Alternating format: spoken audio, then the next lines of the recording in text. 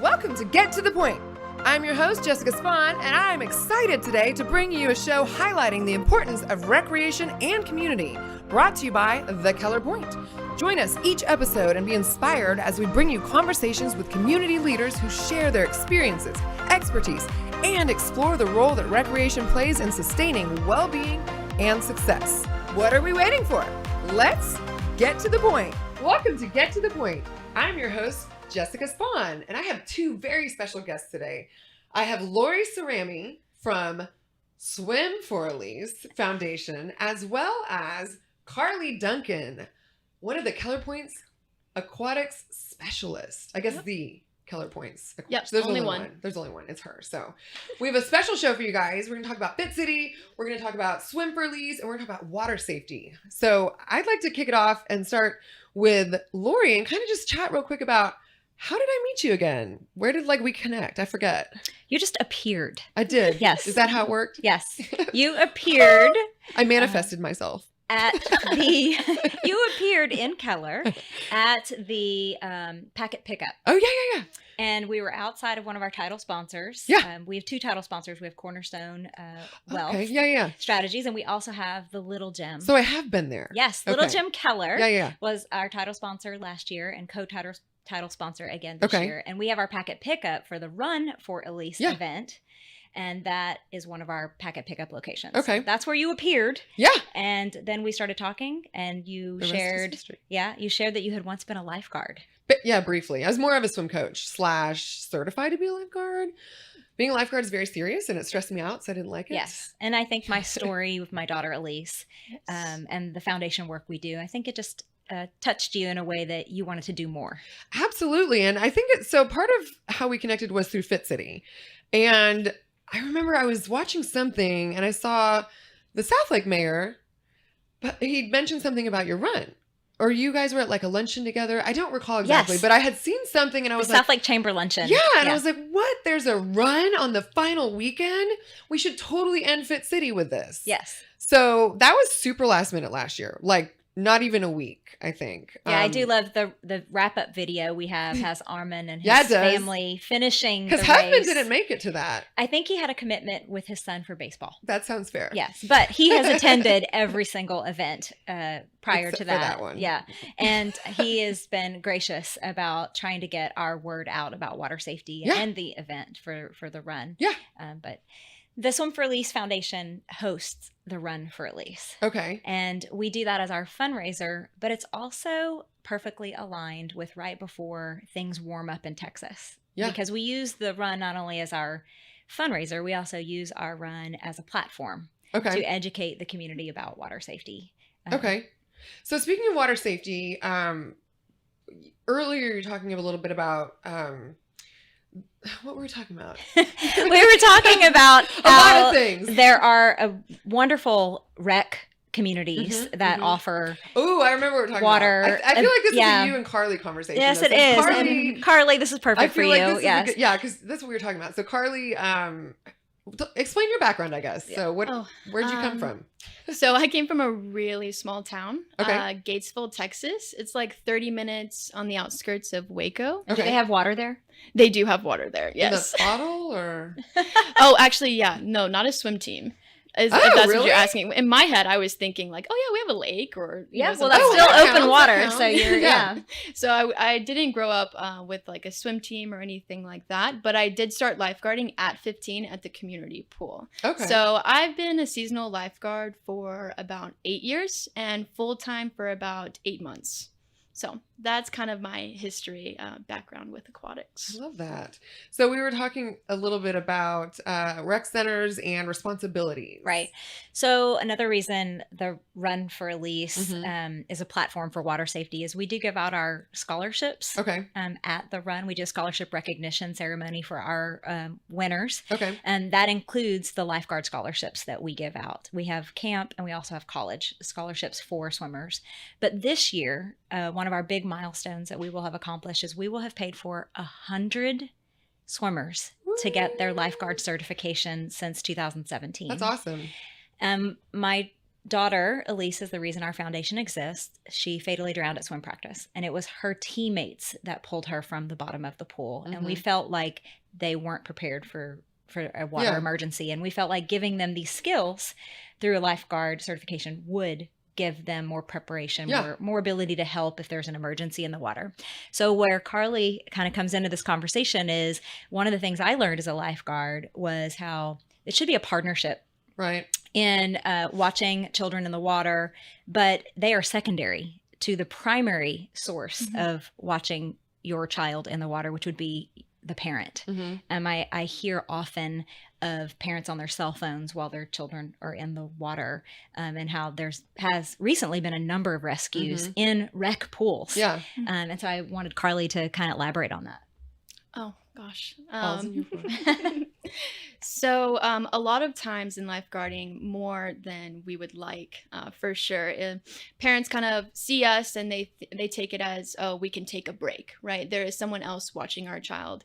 And they don't keep in mind that a lot of times they are super young children. And you don't want that to be the primary, responder. We are there to be that secondary response if something is slipped.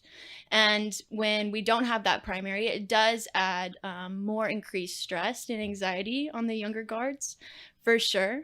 But what's so great about what Lori is doing is she's bringing awareness to being that primary watcher, that parent being that primary watcher. Yeah.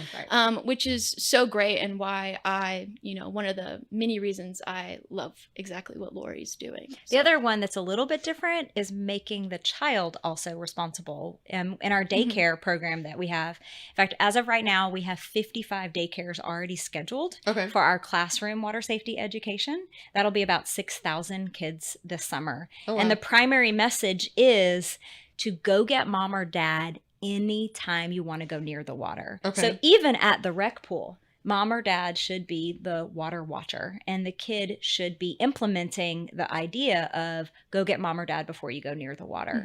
And so that was the same message that we send throughout the summer in our daycare program. And hence, back to the Run for Elise, we don't charge a single daycare for the service that we provide to these 6,000 kids in our local community. And so the Run for Elise helps to support that water safety mission that we have. Okay. Interesting. So back to Carlee. Yeah. Super passionate about your position here. You just came to Keller Pointe 8 months ago, right? You just mentioned that. Around that time, Tell me more about what you enjoy doing. I think above all, I enjoy teaching the most. The biggest thing I stress is, yes, you are coaching and teaching lifeguards, physical trainings, but a big part of being a first responder is also training that mental aspect, which is something big that Lori hits on, a lot. A lot of times people don't understand the severity of, situations that could happen around the water until it happens. That's when people then, start to pay it a little bit more attention. But with Elise, you can't help it but pay immediate attention. And that's what's so great about what Lori is doing, for sure. Yeah, I will tell you, as a parent of a child that could swim a mile in under 20 minutes, Elise was a competitive swimmer for 7 years. I literally thought that once she knew how to swim, she was fine. Yeah. I didn't realize that's when my job began.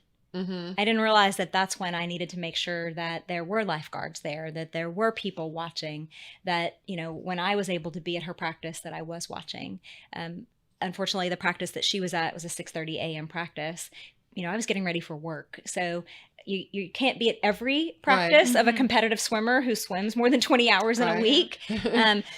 But it's important for people to understand that even after your child learns how to swim, the importance of always having a designated and capable water watcher. It needs to be somebody that also knows how to swim, and that also, has some training in, emergency. Like, can you call 911? Can you grab, the AED? What can you do to help the situation? And I like too that with your scholarships, you said you're training first responders, right? Yes. Was that what you call them? Yeah. So one of the things I would love to see pushed out to swim teams across the United States is what I'm calling the Elise pre-EAP. So it's before the lifeguards have to initiate the emergency action plan.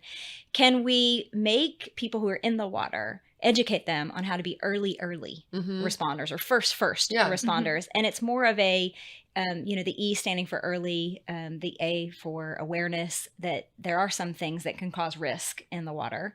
And then P for prepared. Can you get a coach? Can you help dial 911? Can you go get any of the emergency equipment?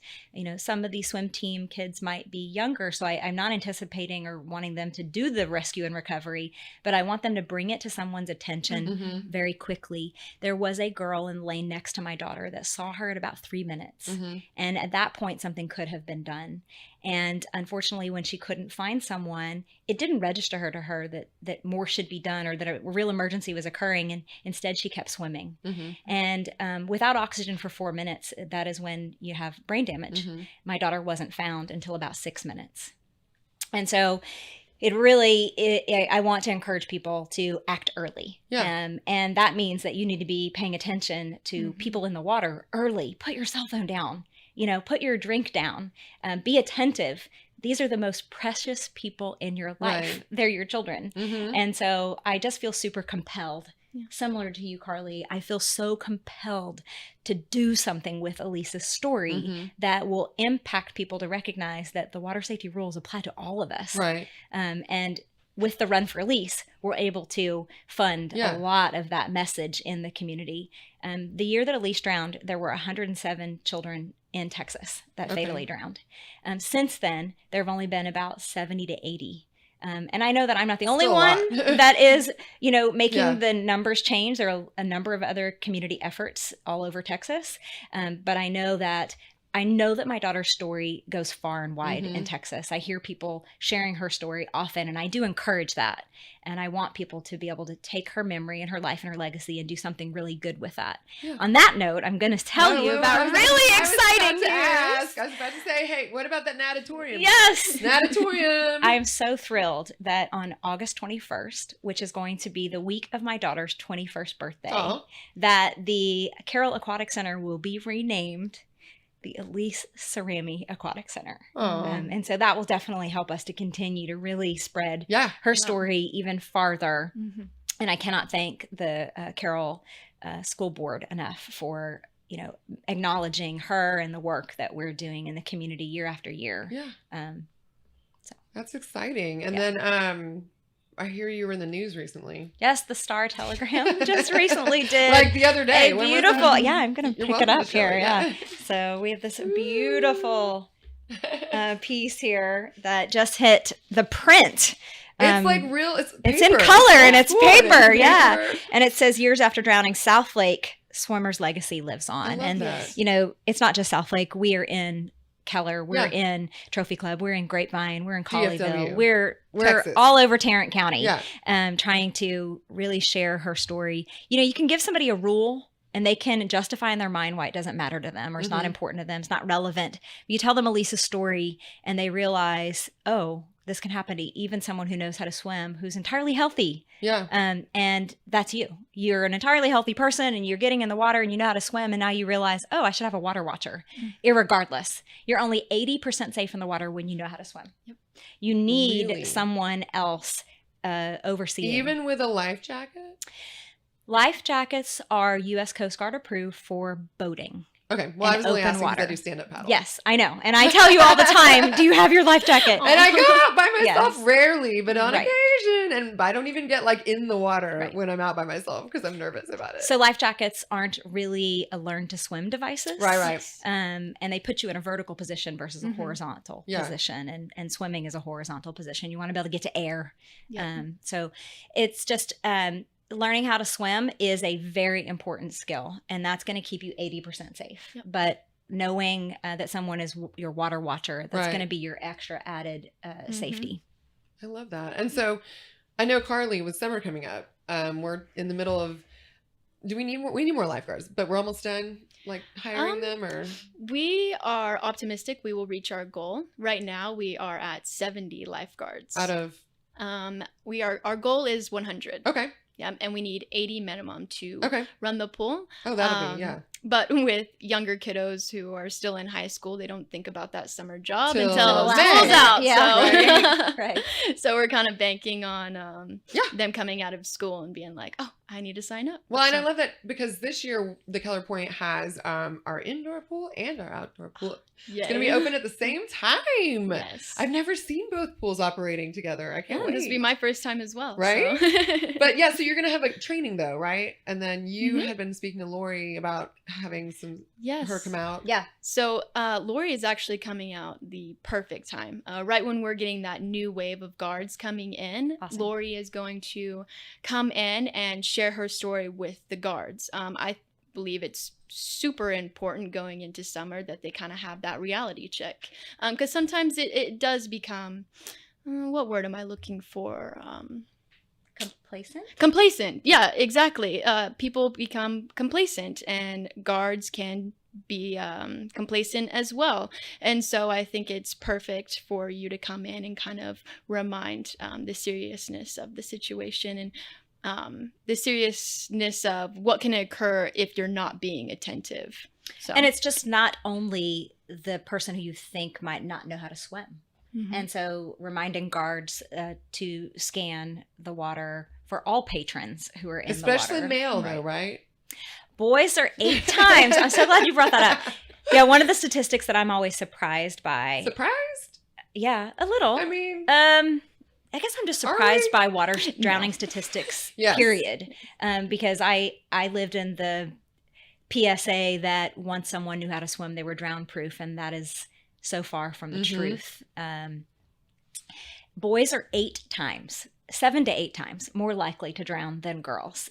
They tend to be a little more adventurous. Mhm. stubborn? When I'm in daycares and I'm teaching the after school kids and I share that statistic, I've had a few girls chime in and say, well, girls are just smarter. I mean, The shoe fits. I don't know. I'll wear it. So I do like to at least educate people to be a little more intentional Mhm. or around some of the statistics. So traditionally younger kids, ages 1 to, 5 or so are slipping into backyard pools. Okay. Mhm. And 80% of backyard pool drownings happen when it's not planned swim time. They are ninjas. And so having barriers to protect them from that pool. Mhm. A pool is a giant toy. And then we put more toys inside of it. Right. So we're creating this magnetism for our kids to want to go into the water. So having barriers to protect them from that water is I think, also another layer of water safety. Yeah. Older children tend to drown in open waters.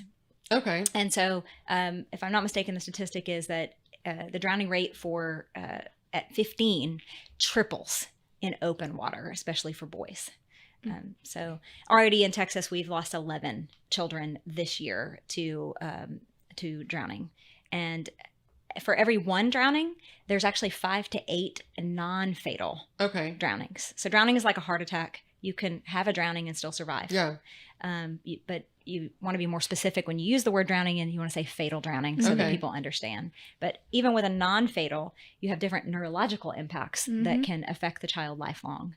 So prevention, Yes. that's where we're going to do our greatest efforts in keeping our family safe around water, because you can't avoid it. Water's everywhere, and we're going to have a lot of fun in water, and it's Texas and it's hot. And so we just need to be, our behavior needs to be intentional Yeah. Yes. around water. Exactly. I mean, you couldn't have said it better. So. Well, and we just had our first in a few years underwater egg hunt. How'd that go, yes. Carlee? That was on Friday? It was definitely a little stressful because the age range was 3 to 11 years old. So that's pretty young kiddos to be swimming in the pool. And kind of tying back to what you were saying earlier about being a water watcher, I actually noticed it at the facility, a couple of parents not being that water watcher.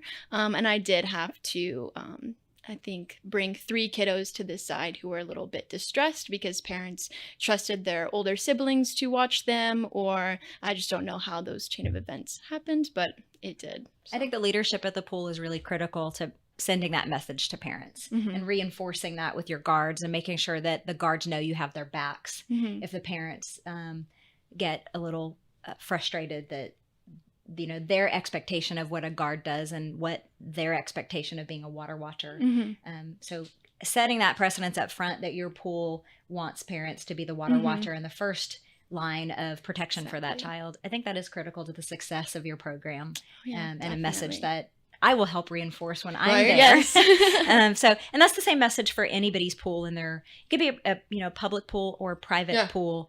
The message is the same. Drowning happens when no one is watching. And a guard can only watch so many people or so many zones at a time. And so it is important to have that extra layer, and that parent watching is critical. And teaching the child, get out of the water if your parent is not watching.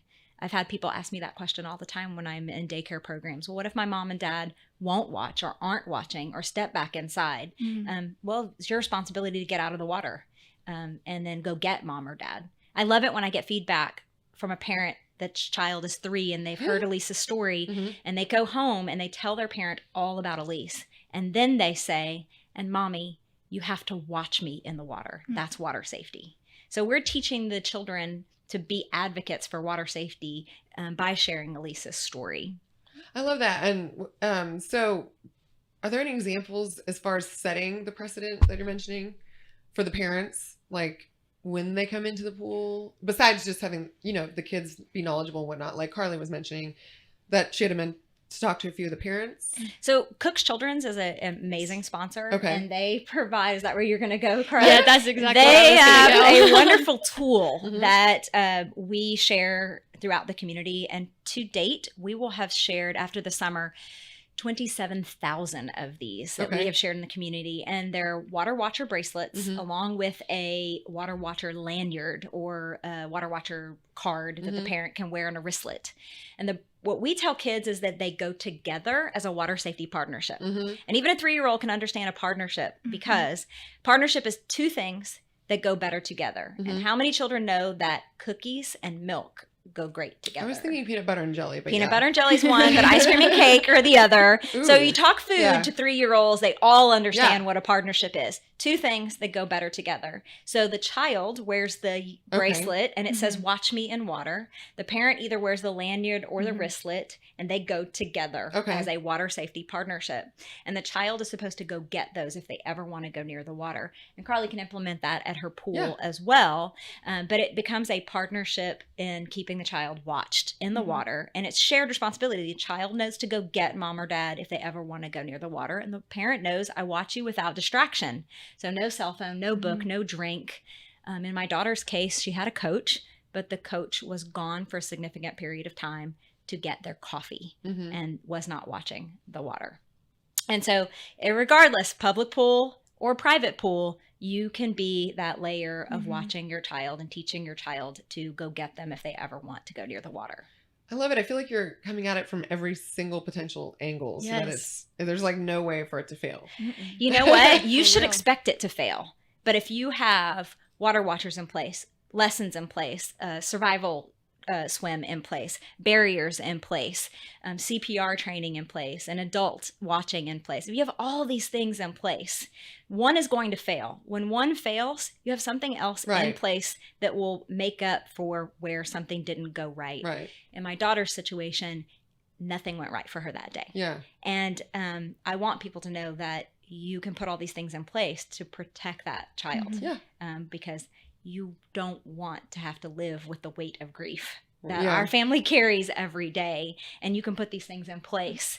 But I'm absolutely confident that my daughter would want us to share her story in her life so that others could enjoy the water and see safely. That these rules apply to you. Well, and mentioning your daughter, I was wondering earlier when I put my shirt on from last year, I was just like, oh, so cute. So tell me more about why these words and where it came from. My daughter wrote a poem when she was only 9, and it says "Believe in yourself." And so every race shirt, I'm wearing a vintage Believe shirt. This was our first year. Yes, this was our first year, and Elise was a very just wise beyond her years kind of person. She was very inclusive, and she was very encouraging of other people. She was the kid that was on the side of the pool cheering for her competitors because she knew if they did well, it pushed her to do better. 100%. Why doesn't everybody understand that? No. I mean, what a way to lift a community she of people. understood life, because that is exactly how you Right. do life. And so she wrote a poem when she was 9, and it's called Believe in Yourself. And I use it as a mantra for myself. One of the it's an acrostic, and it has the word yourself, and for each one of the lines it represents the letter. And so Y stands for you can do it. Yeah. O stands for opportunities. U is use your brain. R is right for wrong, and S is share your ideas, which you are notorious for doing.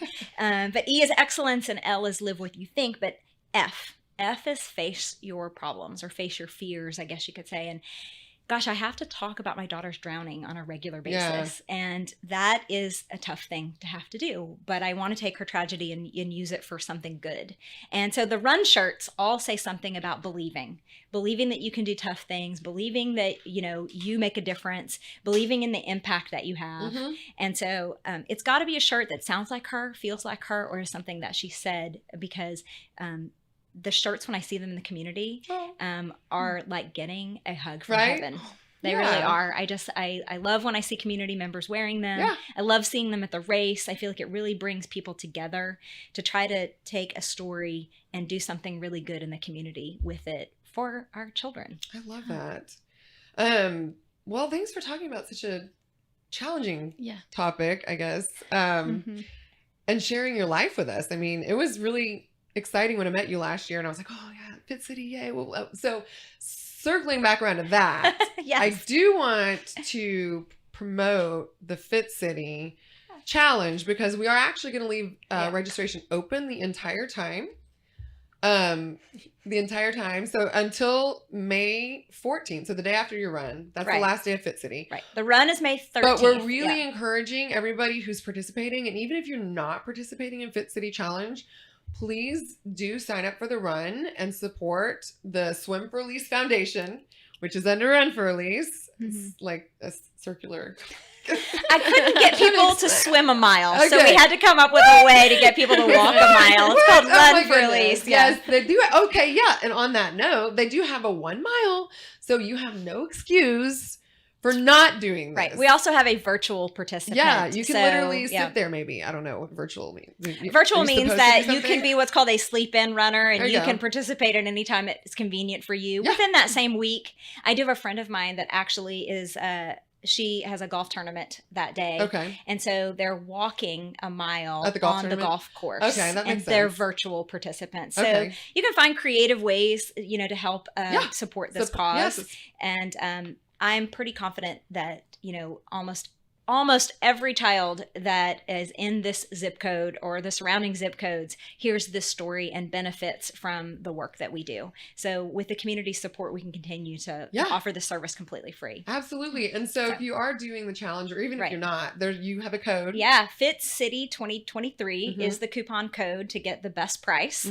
And you can sign up at run4elise.com. It's just the number 4. Yeah. Awesome. Carlee, any other thoughts before we wrap up the show?